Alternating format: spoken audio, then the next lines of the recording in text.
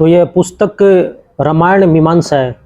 पूज्य श्री स्वामी करपात्री जी महाराज जी की ये पुस्तक है। तो उन्होंने शंबुक के वध के बारे में कहा है। पेज नंबर ये 708। इसमें से संक्षेप में पढ़ लेते हैं। आनंद रामायण के अनुसार मृत ब्राह्मण बालक के माता पिता को प्रीतिपूर्वक कहा गया कि यदि उनका पुत्र पुनर्जीवित न होगा तो उन्हें कुष्ठ और लव मिल जाएंगे। ब्राह्मण ही नहीं, अयोध्या में 500 और एकत्रित हो गए। एक क्षत्रिय, एक वैश्य, एक तेली, एक लुहार की पुत्रवधू एवं एक चमार। ठीक है। तो कोई ये कहते हैं कि ब्राह्मण के लिए वध किया एक शूद्र का, तो ये कहना गलत है। ये भेदभाव नहीं है। उसमें एक चमार भी था, एक क्षत्रिय था, एक वैश्य भी था, एक तेली था और एक लोहार की पुत्रवधू थी। चमार भी था उसमें। ठीक है।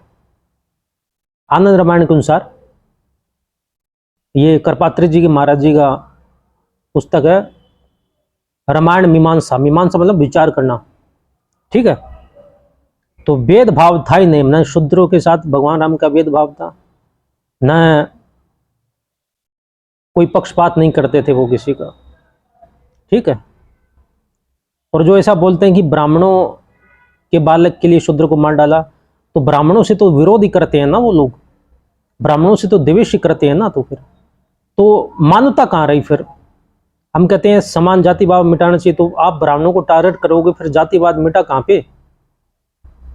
ये ब्राह्मण, आपने कहा कि ब्राह्मणों को मान लिया, तो ब्राह्मण आप जातिवाद नहीं मिटा, आप तो समानता रखने वाले हो। तो ब्राह्मण का पुत्र हो या शूद्र को मारा हो, आपको क्या फर्क पड़ता है? ठीक है। तो आप उन विषयों को ले आते हो। एक तो नास्तिक विचारों के ऐसे लोग होते हैं। ठीक है। दो ग्रंथ तो पढ़े नहीं होते आदि से अंत तक, उनको 2 श्लोक भी याद नहीं हुए, ठीक अर्थ भी याद नहीं हुआ रामायण का किसी भी। चाहे रामचरित मानस ले लो, वाल्मीकि रामायण ले लो, अध्यात्म रामायण ले लो और अन्य रामायण ले लो।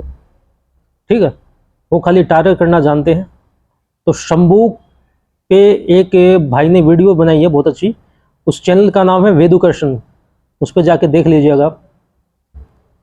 तो राम ने जैसे शूद्र को मारा सब जीवित हो गए। ठीक है। राम ने पहले शूद्र को वरदान दिया। ठीक है। उसके अपने उद्धार के अतिरिक्त अपनी जाति के लिए सदगति मांगी। जय हो। शंभुक ने अपनी जाति के लिए सदगति मांगी है, यानी शंभुक भगवान राम को पिता तुल्य मानते और ऐसा वर्णन भी आया है। राम ने राम नाम का जप और कीर्तन शूद्रों की सदगति का उपाय बताया। यह भी कहा कि शूद्र लोग आपस में मिलकर एक दूसरे से मिलते हुए नमस्कार के रूप में राम राम कहेंगे, इसी से उनका उद्धार होगा। तुम भी मेरे हाथ से मरकर बैकुंठ जाओगे। देखो, अगर यहाँ पे भेदभाव होता तो बैकुंठ भगवान क्यों भेजते, सर्वलोक भगवान क्यों भेजते? कई जगह सर्वलोक की भी बात आई है, पर जब बैकुंठ की बात आई है तो भेदभाव होता तो बैकुंठ क्यों भेजते हैं? और कई जगह तो ऐसा आया कि भगवान राम ने शंभू को मार भी दिया और फिर भी उनको जीवित कर दिया, फिर सह शरीर सर्वलोक भेज दिया। ऐसा वो वेदुकर्षण एक चैनल है, उस भाई ने वीडियो बनाया, ऐसा बहुत विस्तार से समझाया, बहुत अच्छे से समझाया। तो वहाँ जाके आप देख लीजिए।